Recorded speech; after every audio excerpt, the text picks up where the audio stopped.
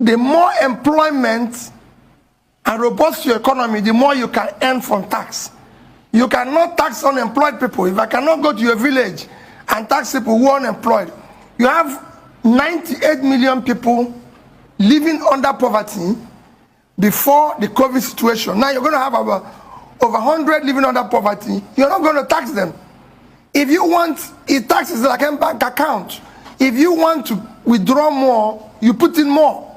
So if the government had done the right things, the more people you pull out of poverty, the more you can get out of tax. It's a simple thing. It's not a rocket science.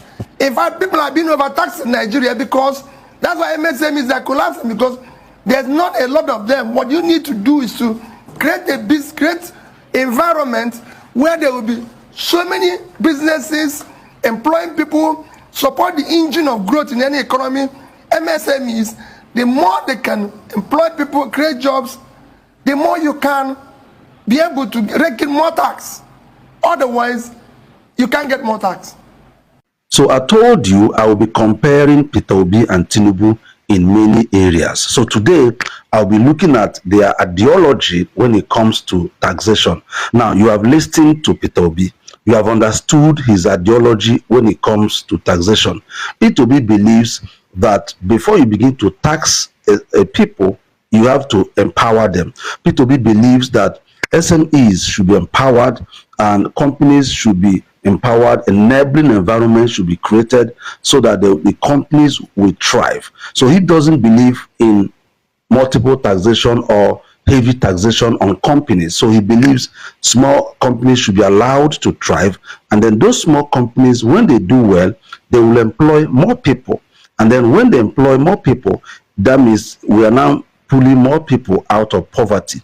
So as you pull more people out of poverty, both the company and the people that you are pulling out of poverty, they'll be paying tax. So that is his own philosophy. That is what he believes tax should be. So having said that, so we will also listen to Tinubu. Let's see his own side. What does he believe tax to be? And then we will compare the two, and then we'll go ahead. Let's widen the tax net. Those who are not paying now, if it is inclusive of Bola Tinubu, let the nets get bigger and we take in more taxes, and that is what we must do in the country. So you listen to Tinubu, you can see the difference. Now, for Tinubu, he believes taxation is something you just go after, widen the tax net. Just make the tax net to be big. It doesn't matter who is paying or who is not paying. They just have to pay tax. So he believes, he didn't speak about empowering the people. He didn't speak about empowering businesses. He just talked about make the net to be bigger. And he said that is what the government will do. Even though that was before he became president, but of course that shows you his mindset. So you can see the two of them.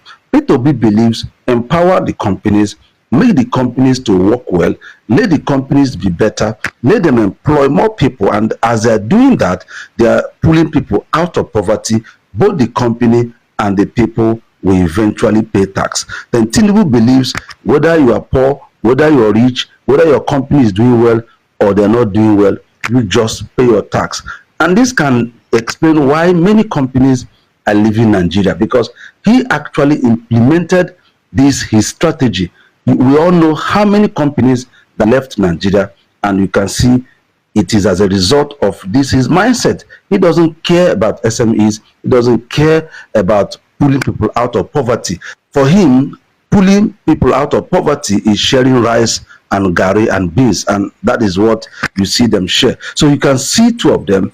I know the next thing people want to ask is, okay, normally people want to ask, Peter Obi was governor, so what did he do? Okay, so I won't explain much. Let this video explain to you what Peter Obi did. Watch.